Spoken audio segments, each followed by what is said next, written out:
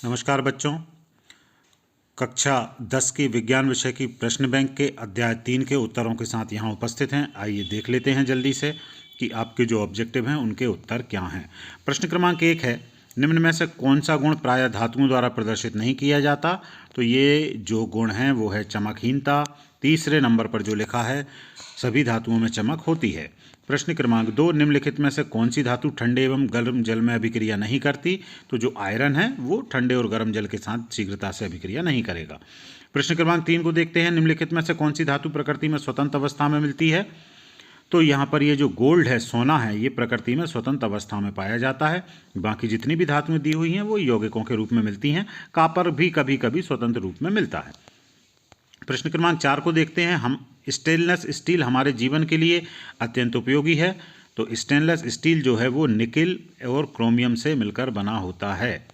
प्रश्न क्रमांक 5 को देख लेते हैं, सामान्यतः अधातुएं चमकहीन होती हैं, लेकिन निम्नलिखित में से कौन सी अधातु में चमक होती है? तो इसका उत्तर चौथा वाला है, आयोडीन। आयोडीन के अंदर चमक पाई जाती है। प्रश्न क्रमांक 6, यद्यपि क्षारीय धातुएं क्षारकीय ऑक्साइड बनाती हैं, लेकिन कौन सी धातु उभयधर्मी ऑक्साइड बनाती है? तो स्वाभाविक से है कि जो भी धातु उनके ऑक्साइड क्षारीय बनते हैं, लेकिन जो एल्यूमिनियम है उसका जो ऑक्साइड है वो उभयधर्मी ऑक्साइड बनता है। प्रश्न क्रमांक 7 को देखते हैं, निम्न मिश्र धातुओं में से किसमें मरकरी पारा एक अवयव की तरह इस्तेमाल होता है?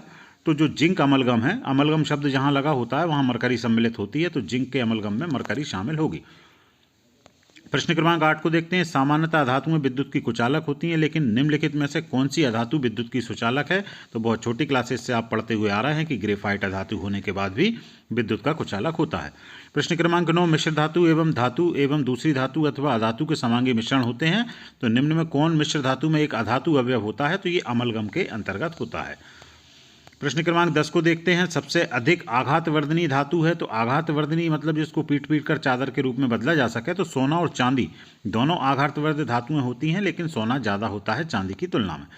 प्रश्न क्रमांक 11 को देखते हैं, किसका गलनांक कम होता है? तो मैग्नीशियम का गलनांक कम है। प्रश्न क्रमांक 12, थर्मामीटर एवं बैरोमीटर में कौन सी धातु प्रयोग की जाती है? तो दोनों ही के अंदर पारा या मरकरी, जिससे कहते हैं प्रतीक Hg जिसका होता है वो इस्तेमाल होती है। प्रश्न क्रमांक 13 को देख लेते हैं, पतले तारों में धातुओं के खींचे जा सकने की क्षमता कहलाती है। तो तार बनाने का जो गुण है धातुओं का, उसे तन्यता के नाम से जाना जाता है। प्रश्न क्रमांक 14, विद्युत तारों पर एक अचालक पदार्थ की परत चढ़ी होती है, इसके लिए पदार्थ होता है। तो ये जो अचालक पदार्थ है वो PVC के नाम से जाना जाता है। पॉलीविनाइल क्लोराइड भी इसको कहते हैं। प्रश्न क्रमांक 15 देखते हैं, निम्न में से कौन अधातु द्रव अवस्था में होती है? तो ब्रोमीन द्रव अवस्था में पाई जाएगी।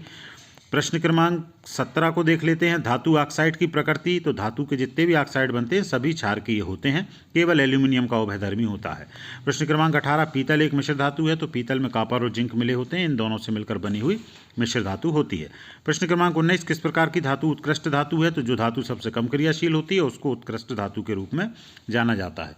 प्रश्न क्रमांक 20 को देखते हैं, सोडियम को रखा जाता है। तो सोडियम अत्यधिक क्रियाशील है, वायु और जल के साथ बहुत तेजी से क्रिया करता है, इसलिए इसको मिट्टी के तेल में रखा जाता है।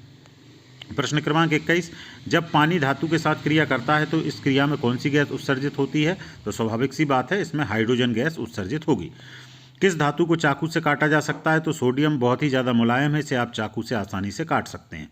प्रश्न क्रमांक 23 को देख लेते हैं, कोई धातु ऑक्सीजन के साथ अभिक्रिया कर उच्च गलनांक वाला यौगिक निर्मित करती है, ये यौगिक जल में विलेय है, तो ये तत्व क्या हो सकता है? तो इसके कैल्शियम के होने की संभावना ज़्यादा है।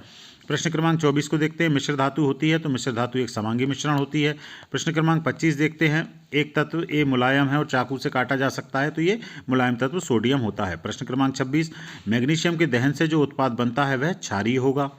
मैग्नीशियम का इलेक्ट्रॉनिक विन्यास, तो मैग्नीशियम का जो परमाणु क्रमांक 12 होता है, तो इसका इलेक्ट्रॉनिक विन्यास आप लिखेंगे तो 2 8 1, पहले कोष में 2, दूसरे में 8, तीसरे में 1। प्रश्न क्रमांक 28 को देखते हैं, भंगुरता प्रायः। तो जो भंगुरता मतलब टूटने का गुण, यदि आप इनको ठोकते हैं और ये टूट जाती हैं तो ये गुण अधातुओं का होता है। प्रश्न क्रमांक 29 को देखते हैं, खाली स्थान का उपयोग थर्मामीटर एवं बैरोमीटर में किया जाता है, तो मरकरी का उपयोग होता है। प्रश्न क्रमांक 30 को देखते हैं, निम्नलिखित में से कौन सा तत्व धातु नहीं है? तो जो कार्बन जो तत्व है वो धातु के रूप में नहीं होता। प्रश्न क्रमांक 31 है, विद्युत की कुचालक धातु है, तो यहाँ पर लेड होती है विद्युत की कुचालक। प्रश्न क्रमांक 32, धातु ऑक्साइडों की प्रकृति प्रायः होती है। तो धातु ऑक्साइड क्षारीय प्रकृति के होते हैं। तो यहाँ पर इस अध्याय के प्रश्न उत्तर आपके हो गए प्रश्न बैंक के। इन्हें जरूर अच्छे से तैयार कर लें, अर्धवार्षिक वार्षिक परीक्षा की दृष्टि से बहुत ही महत्वपूर्ण है। और बाकी के पाठों के प्रश्न उत्तरों के वीडियोज़ भी मेरे चैनल पर उपलब्ध हैं। यदि चैनल सब्सक्राइब नहीं किया है तो शीघ्र कर लें और सभी वीडियो को देखकर अपनी तैयारी को करें। बहुत बहुत धन्यवाद सभी को।